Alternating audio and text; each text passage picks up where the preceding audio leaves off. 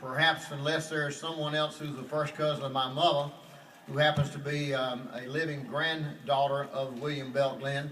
Would everyone who's in the Lynn family have married the Lynn family, would you either stand up or wave your hand somewhere?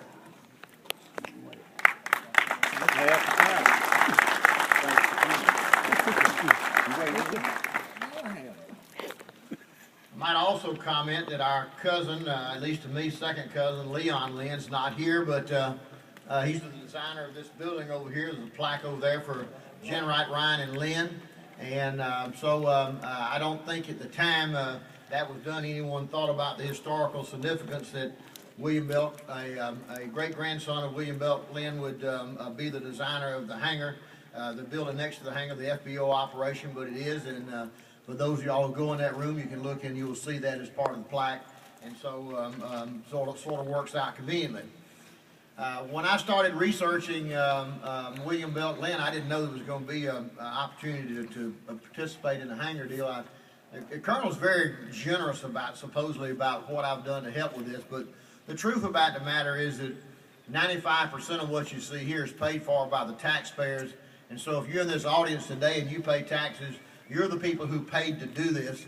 I had a small hand in that, as others have who've stepped forward and helped with some projects going forward, because as you well know, we're not complete with all the restoration of the hangar. So for those of y'all that have an interest, I want to encourage you to make sure that as we go forward to make sure that we get the rest of this done, that if you have an interest in helping us with that project, please step forward. The Colonel will be more than pleased to have you as part of that process, and we want to make sure we complete all of that. But I want to say a little bit about William Belt Lynn, because there's a historic marker about that. And I must give proper credit to my first cousin, Marvin Reed Jr. He doesn't like to be called Marvin Reed Jr. anymore because he's in his 70s, but he's still Marvin Jr. to most of us in the family. But anyway, he's a professor and a very elite and smart guy, and he knew that the rest of the family wasn't very bright, and so I got him to work on the language in regard to that. And then, of course, it was submitted to the Chattahoochee Historic Foundation, who reviewed it and blessed it and went forward from there. But when we started this project, I said we need to make sure we tell the truth about our great-grandfather, and we concluded that we couldn't tell all the truth. Even in his obituary in the Post-Searchlight, it was basically said that he was a character. If you live in Decatur County, we've had a history of characters. As I stand here in a military sort of deal, I think about Poodle Isaacs, who was a true character, and others that we've had here. But anyway, as his time and era, he was a true character. But it is significant that William Belt Lynn, he came from some pretty good stock of people, but then as most of the rest of us in Southwest Georgia, we sort of migrated away. For us, our triple great-grandparents are buried in a place called Westmoreland outside of Columbus, Georgia. That house is still standing. We had enough standing at that time that when Lafayette came to the Columbus area, he stayed in that home, as did Blind Tom, a very famous African-American entertainer who was a guest in that home. Certainly not anything in the early 1800s people would think about. But in the Civil War, or the war between the states, he enlisted in Alabama, where his family roots were because of his mother, and was captured at the end of that war, served in prison, and when he was released from Vicksburg, Mississippi, he walked home.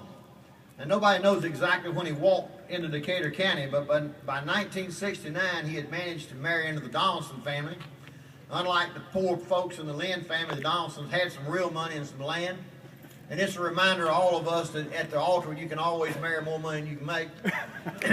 So for those of y'all who think there's a placard out here about some guy who was really smart and made a lot of money and was successful, he really was good at recruiting a wife. And some of the rest of us in this room, myself included, are blessed to do that, and I'm certainly pleased to have both my wife and my daughter here today. But William Belt Lynn wasn't exactly enamored with life and being perfect, and he'd remembered walking home from Vicksburg, Mississippi.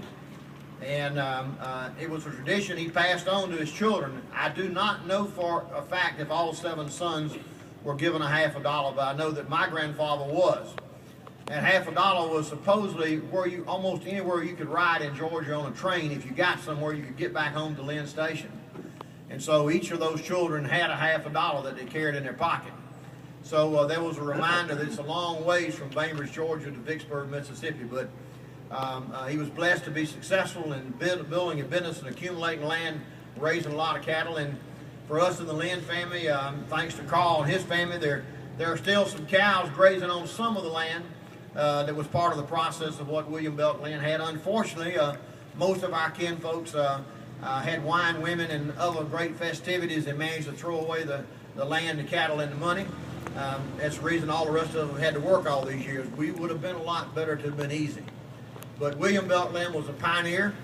He was aggressive. He was a developer in terms of economic activity. He felt that the railroad was important to that process, and he promoted to do that. One of the things he did was he actually gave his section of the land that came through here where the railroad was. He gave it to the railroad rather than selling it, and then he encouraged his neighbors to either sell their land for the railroad right away that would go all the way on up through Colquitt and go process.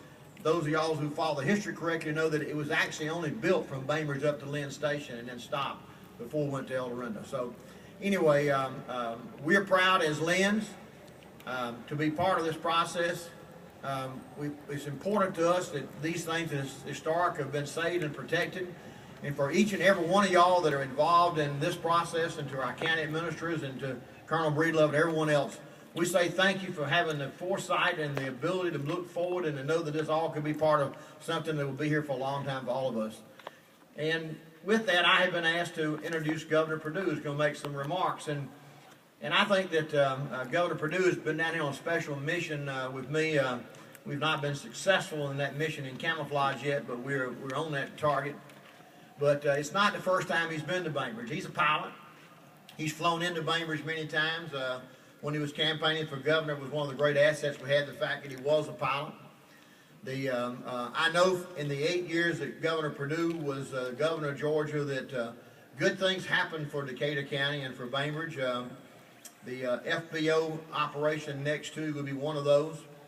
If you attended the new high school, you would know that $15 million came there. If you've been over in Seminole County and part of our county and dealt with, in particular in Decatur County, the portions of all the land that's associated with our wildlife operation we got from the Southlands. And then actually a very friendly eye upon any county bodies or city of Bainbridge bodies or other bodies that would make an application process.